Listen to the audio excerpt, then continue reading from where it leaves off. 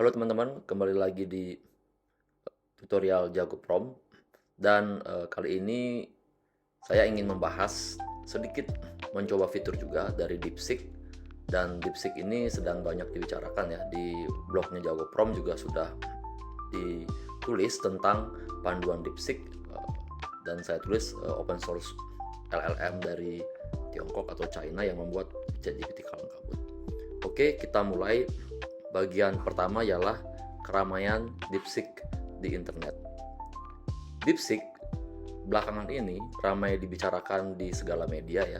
Contohnya saja di X atau Twitter, itu banyak sekali influencer atau orang-orang yang bekerja sebagai engineer atau AI engineer atau pengguna AI, itu memperlihatkan banyak sekali use case dari DeepSeek ya, dan juga ada kata-kata bahwa DeepSeek ini adalah saingan beratnya ChatGPT. Jadi dalam seminggu belakangan ini saya melihat banyak sekali ada posting di X. Selain di X, ada juga posting di video-video di YouTube ya, terutama dari media mainstream, tentang bagaimana DeepSeek ini akan mengalahkan OpenAI ChatGPT ya, karena beberapa faktor ya. Dan ini berasal dari media mainstream, di mana media-media mainstream itu mengundang beberapa orang-orang yang expert di bidang AI seperti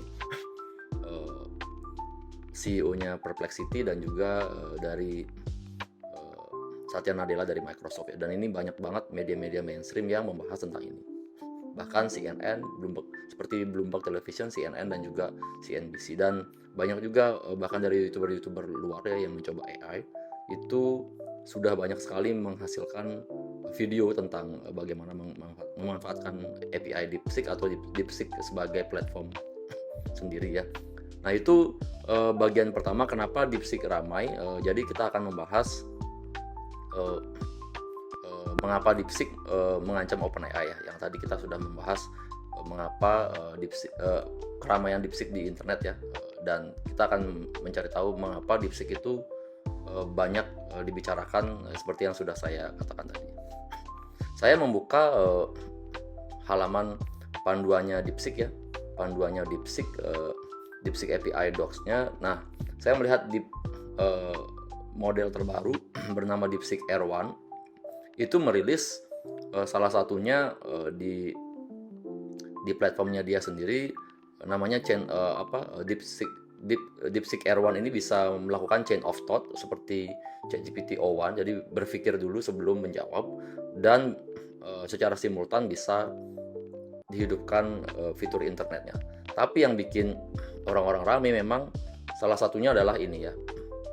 Ini adalah testing model DeepSeek R1 dibandingkan dengan OpenAI O1 dan juga yang mini ya. Kita abaikan yang selain OpenAI atau ChatGPT O1 dan juga DeepSeek yang berwarna, kita fokus pada yang berwarna biru dan abu-abu.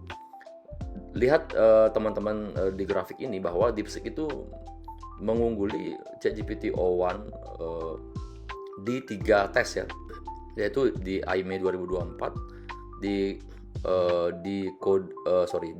MAT 500, dan juga di SWE Bench Verified ya. Nah, saya nggak akan menjelaskan satu persatu ini tes apa, tapi intinya ini banyak tes logika ya, dan juga pemrograman. Ini yang membuat ChatGPT itu kayaknya panik gitu. Maksudnya banyak orang juga yang mengatakan bahwa DeepSeek itu akan mengalahkan ChatGPT. Dan kenapa saya bilang panik? Karena di saat yang berdekatan, saya melihat Sam Altman, CEO-nya OpenAI, itu men-tweet bahwa ChatGPT GPT-O3 itu yang lebih tinggi dari GPT-O1 itu akan dibuat gratis untuk free tier ya, maksudnya yang untuk bukan yang pengguna plus pun dapat O3 mini ya. Dan juga ada banyak O3 juga kuotanya akan banyak untuk yang plus, hampir 100 prom ya, 100 input ke O3, walaupun O3 ini belum keluar. Ini artinya dia sedang mencari cara untuk menghalau DeepSeek. Tapi teman-teman, ini cuma salah satunya ya. Yang saya lihat lagi di bagian bawah, itu DeepSeek ternyata mengeluarkan model-model open source ya, yang artinya bisa dipakai oleh semua orang. Jadi ini namanya distill model ya. Jadi dia bikin 6 model seperti distill model itu versi AI yang lebih efisien tapi akurasinya nggak terlalu jauh. Singkatnya seperti itu, seperti O1 dengan O1 mini atau GPT-4o dengan 4o mini. Jadi DeepSeek ini itu mengeluarkan 6 model yang dibuat open source, dan juga jika teman-teman perhatikan baik-baik, di sini akurasinya juga dari 6 tes ini tidak terlalu jauh dengan O1 mini, bahkan ada yang melewati, bahkan dia mendekati, ada beberapa yang melewati O1 mini ya hasil tesnya. Tapi teman-teman bisa lihat sendiri di tabel ini. Ini artinya semua orang itu bisa memakai DeepSeek ya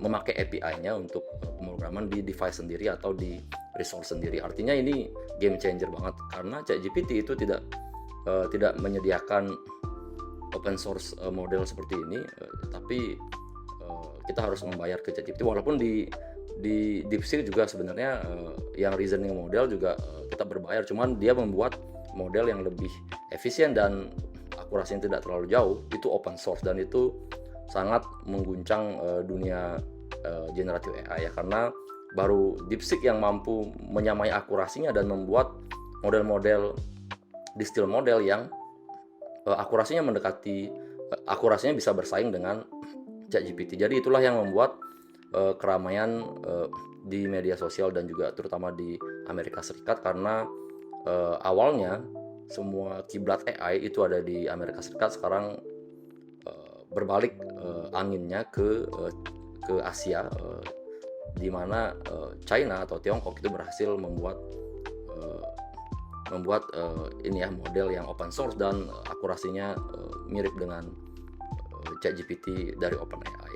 Dan ada beberapa lagi alasan-alasannya, cuma kita nggak akan membahas tentang hal tersebut. Kita akan membahas cara akses DeepSeek Chat. Jadi DeepSeek Chat ini adalah platform yang dibuat layaknya standalone platform, jadi miliknya dia sendiri gitu, yang bisa kita akses untuk dicoba. Dan teman-teman tidak usah memikirkan distill model yang open source itu, karena video ini bukan untuk programmer atau engineer. Jadi kita akan melihat bagaimana tampilan dari DeepSeek Chat dan bagaimana fungsi-fungsinya. Jika teman-teman ingin mengakses DeepSeek Chat itu di chatdeepseek.com, dan teman-teman silakan register sendiri ya. Dan ini saya memperlihatkan inilah user interface dari DeepSeek. Di sini di bagian sini ada form prompt yang biasa teman-teman temukan di ChatGPT dan generative AI yang lainnya. Tapi yang menarik di bagian bawah itu ada DeepThink R1 dan search. Jadi secara default DeepSeek ini memakai model DeepSeek versi 3 namanya, yang sebelum R1 kalau nggak salah. Dan tapi menariknya itu bisa dihidupin secara simultan ya, karena di ChatGPT sendiri saya terakhir belum bisa hidupin search ya, di search ini bisa mengakses internet. Nah ini yang saya katakan tadi, jika teman-teman hidupkan DeepThink R1 itu akan ada chain of thought atau berpikir dulu sebelum menjawab, berpikir baik-baik sebelum menjawab agar akurasinya lebih tinggi. Dan jika dihidupkan search-nya artinya bisa mengakses internet. Dan sebelah kiri itu ada sidebar ya, ada sidebar yang memuat history dari chat teman-teman ya. Walaupun di sini tidak bisa dibuat folder, dan bahkan kalau saya lihat nggak bisa di search ya, nggak bisa di search apa saja yang sudah pernah di prompt. Nah itu user interface dari DeepSeek, cara memakainya juga sama. Cuman saya akan mencoba satu persatu prompt. Kita coba pertama dulu ya, karena kita akan mencoba prompt yang berkaitan dengan penelitian. Jadi saya penasaran, mungkin akan di video berbeda akan saya bandingkan dengan hasil ChatGPT. Cuman dengan di video ini saya akan mencoba mencari teori, salah satu teori yang saya pakai dengan simultan chain of thought dan internet ya. Jadi kita coba memakai DeepSeek untuk menjelaskan sebuah teori, dan memakai simultan chain of thought. Jadi saya akan menanyakan dengan DeepSeek, jelaskan tentang Kingdom teori. Kita pakai prompt simple aja dulu ya. Ketika DeepSeek diberikan dihidupkan dua DeepThink R1 dan juga fitur search-nya, dia akan memulai untuk berpikir ya, mulai berpikir. Ini namanya chain of thought. Jadi sebelum menjawab dia akan berpikir, dan ini agak panjang ya. Dan menariknya, chain of thought itu tidak ditutup oleh DeepSeek. Jadi kita bisa melihat bagaimana alur berpikirnya dari DeepSeek untuk menghasilkan jawaban. Nah, ini sudah dikeluarkan ya hasil dari Kingdom teori, tapi lucunya kok tidak ada ininya ya, tidak ada sumbernya ya. Coba saya minta sumbernya ya. Jadi walaupun saya udah hidupkan dua-duanya, mungkin lagi error, berikan sumber.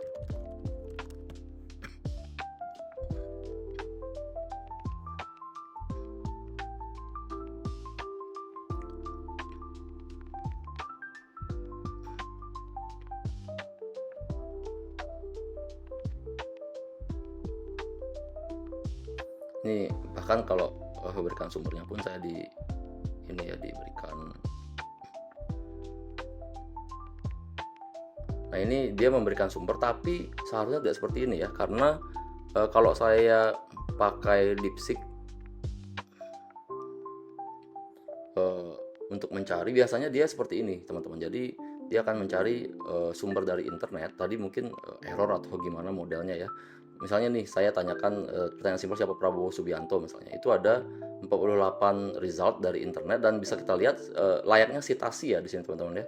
Dan di sini diisi nomor sitasinya, di sini juga berurutan diisi sitasinya. Jadi ini sangat enak sekali gitu ya, dikasih reference satu persatu, layaknya kita seperti menulis ilmiah gitu ya. Dan ini sitasinya atau sangat udah berurutan gitu, diisi nomor-nomornya.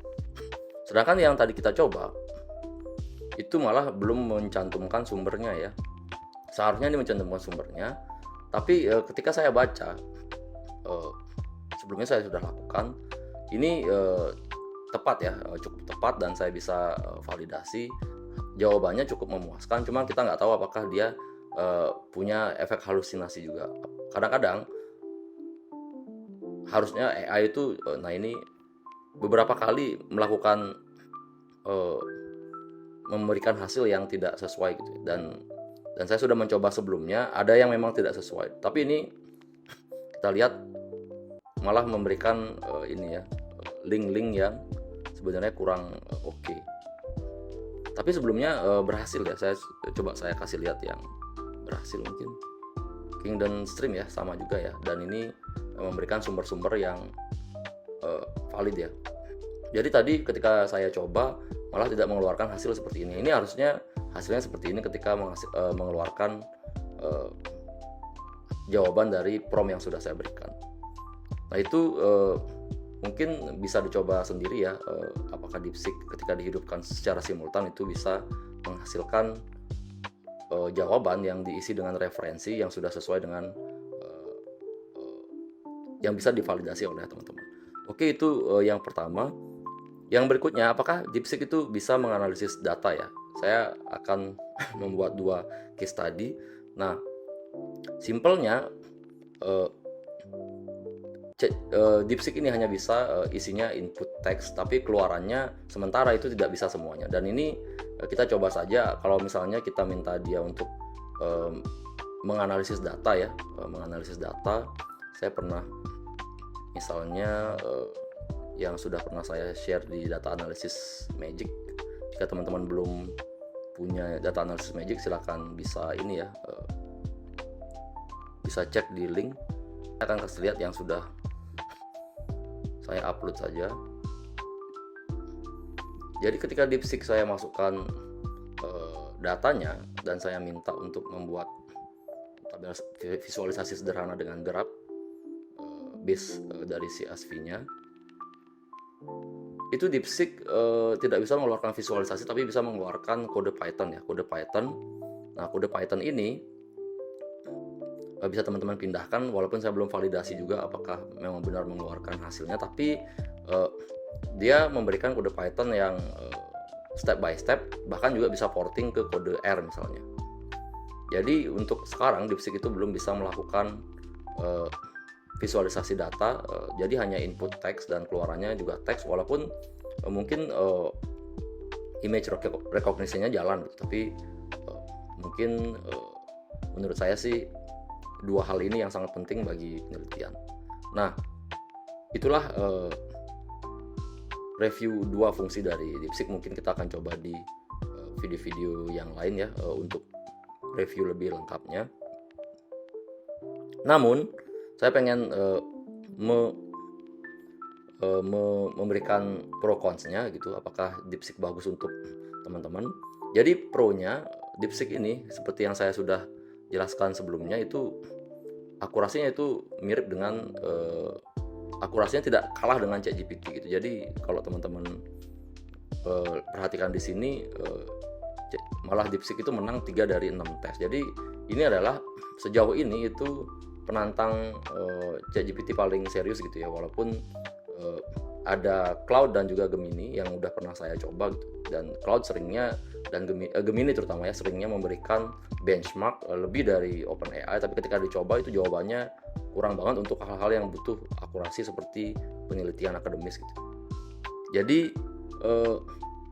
ini bisa menjadi alternatif bagus buat teman-teman dan bisa dicoba, dan misalnya teman-teman juga seorang programmer atau AI engineer juga bisa mencoba distill modelnya sehingga bisa di run di infrastruktur sendiri gitu ya. Cuman cons-nya, jadi berikutnya kita akan bicara tentang cons-nya. Data privasinya kurang teman-teman. Ketika dan ini lumayan serius ya bagi orang-orang di Western atau di dunia Barat, karena kalau teman-teman cek, saya curiganya ketika saya cek DeepSeek di profile, ketika saya cek setting, itu settingnya seperti ini saja gitu ya, cuma tampilan dan juga informasi seperti email, nama, bahkan linknya sangat sedikit di sini ya, cuma term of use dan privacy policy. Beda dengan ChatGPT yang memiliki banyak settingan privacy. Ini privacy salah satunya di sini hanya delete account. Dan saya cek di privacy policy, ketika saya mengecek privacy policy, di sini ada info bahwa semua data akan dikirim ke Tiongkok gitu ya. Ini ada datanya semua akan dikirim ke Tiongkok, dan juga di somewhere di privacy policy ini saya membaca juga bahwa semua datanya itu akan untuk mentraining DeepSeek, model DeepSeek gitu ya. Padahal belum tentu kita mau mentraining model DeepSeek. Jadi itulah cons dari DeepSeek, karena kita kayaknya privasinya kurang gitu. Bahkan saya menganalisis privasinya memakai ChatGPT, walaupun mungkin subjektif gitu, karena ChatGPT yang menganalisis itu ada beberapa poin dari perlindungan data yang belum masuk di DeepSeek. Jadi pilihannya sekarang kalau misalnya teman-teman pengen mencari alternatif free ChatGPT yang lebih banyak kuotanya, ya inilah cons-nya gitu. Jadi teman-teman tidak bisa men-setting sama sekali agar prompt teman-teman atau hasil teman-teman itu tidak di-training menjadi tidak di-training oleh DeepSeek ke modelnya gitu. Jadi itu kekurangan dari DeepSeek. Oke teman-teman, kesimpulannya silakan teman-teman bisa coba, mungkin inputnya jangan memakai data-data yang sensitif. Tetapi jika teman-teman merasa terbiasa dengan ChatGPT, silakan dilanjutkan memakai ChatGPT. Cuman jika teman-teman tidak memakai ChatGPT versi premium atau plus, itu sebenarnya lebih enak DeepSeek untuk sementara, walaupun tetap hati-hati memakai DeepSeek. Jadi kita lihat saja bagaimana perkembangan dari DeepSeek ke depannya, karena semua model sedang berlomba-lomba, semua perusahaan sedang berlomba-lomba membuat model terbaik, sehingga teman-teman bisa memilih yang paling familiar dengan teman-teman dan teman-teman rasa jawabannya lumayan bagus. Oke, sampai di sana penjelasan saya. Sampai jumpa di video berikutnya. Ingat like dan subscribe channel ini, dan jangan lupa cek produk-produk kita di jagoprom.com, training-training yang kira-kira bisa membantu teman-teman untuk produktivitas baik non akademis dan akademis. Sampai jumpa di video berikutnya.